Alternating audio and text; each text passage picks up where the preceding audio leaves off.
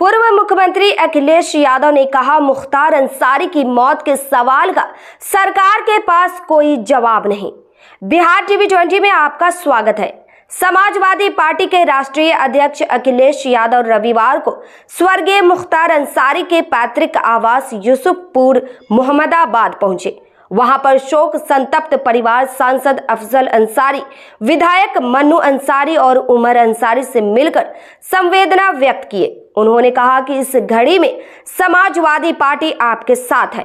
Sapa supremo Akhilesh Yadav ने media कर्मियों को बताया कि परिवार से बातचीत हुई, उसे हम सार्वजनिक नहीं कर सकते।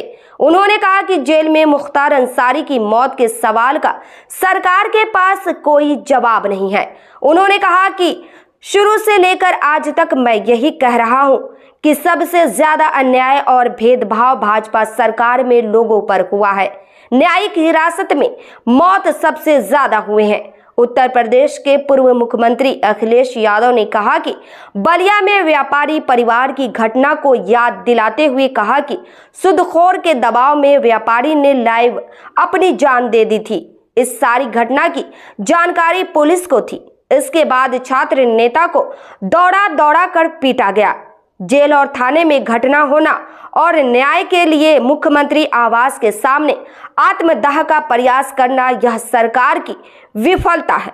जहां तक इस घटना की बात है कि सजा पाए हुए व्यक्ति ने लगातार सरकार को अवगत करा रहा था कि मेरी जान को खतरा है, लेकिन सरकार ने क्या किया?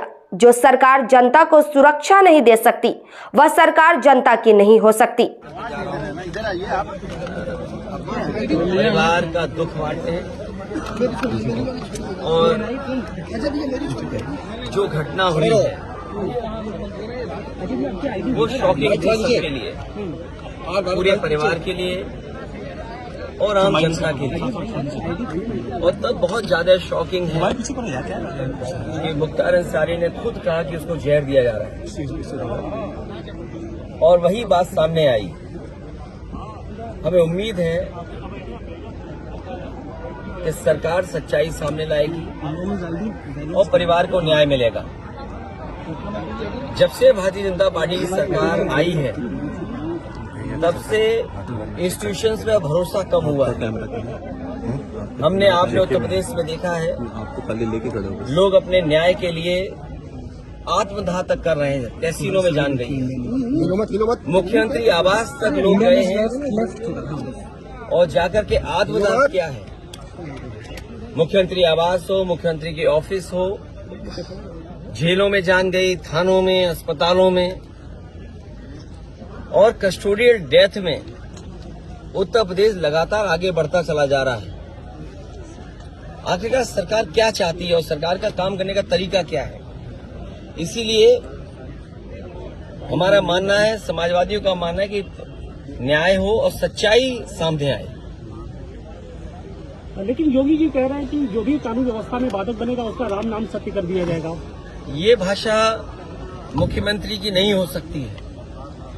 इंस्टीट्यूशंस हैं, कोर्ट है, थाना है, तहसील है, वहां न्याय मिलेगा। ये जो भाषा बोली जा रही है, ये भाषा इसलिए बोली जा रही है कि वो वोट चाहते हैं, क्योंकि विकास किया नहीं, काम किया नहीं, महंगाई है, बेरोजगारी है, किसान की दुख तकलीफ दूर नहीं हुआ, आय बढ़ी नहीं। किसान के सामने किस मुंह जाएगी सरकार? नौजवानों को जो नौकरी छीन ली, पेपर लीक हुए, क्या आपको नहीं दिखाई दे रहा कि इन घटनाओं से लाभ लेने के लिए सरकार कर रही है, या सरकार घटना करा रही है जिससे लाभ ले लें? क्योंकि उनके पास बेरोजगारी का सवाल जो खड़ा है उसका जवाब नहीं है। क्या पेपर लीक नहीं हुए? कोई सरकार ये बता दे इतने पेपर लीक हुए हो? 1, 2, 3, 4 पेपर नहीं, 9, 10 पेपर लीक हुए कि नौजवानों को क्या जवाब दोगे आप? मैं इनके भाषण सुन रहा हूँ, पेपर लीक पर क्या बोल रहे हैं, बेरोजगारी पे क्या बोल रहे हैं, अग्निवीर का जवाब क्या है इनके पास? इसलिए जानबूझ करके सरकार समाज में खाई बनी रहे, जाति धर्म भरोसा बढ़े। और सोचिए आप, इंस्टीट्यूशंस खत्म हो रही हैं, हम किस पे भरोसा करें? हम पुलिस से शिकायत करें, पुलिस न्याय नहीं दे रही है। हम किसी अधिकारी से बात करें, अधिकारी न्याय जनता को नहीं दे रहा। तो इन इंस्टीट्यूशंस को खत्म किया, ये आरोप कोई हम लोग नहीं लगा रहे हैं। क्या हमने आपने नहीं पढ़ा कि गवर्नर रहे जम्मू कश्मीर के, उन्होंने कहा ये आखिरी चुनाव डेमोक्रेसी का, अपने वोट से बचा लो। अगर वोट से डेमोक्रेसी नहीं बची तो डेमोक्रेसी हमेशा हमेशा के लिए खत्म हो जाएगी। इसीलिए इंस्टीट्यूशंस को खत्म कर रहे हैं। हम किस पे भरोसा करें? इस सरकार ने भरोसे को और सच्चाई को मारा है। सर, मुख्तार अंसारी की जिस तरह से मौत हुई और परिवार ने और खुद मुख्तार अंसारी ने आरोप लगाया, क्या सीबीआई जांच की मांग करेंगे? मैंने अपने स्टेटमेंट में ये कहा, सुप्रीम कोर्ट के सिटिंग जज की निगरानी में, कोर्ट के सिटिंग जज की निगरानी में अगर जांच होती है तो न्याय मिलेगा।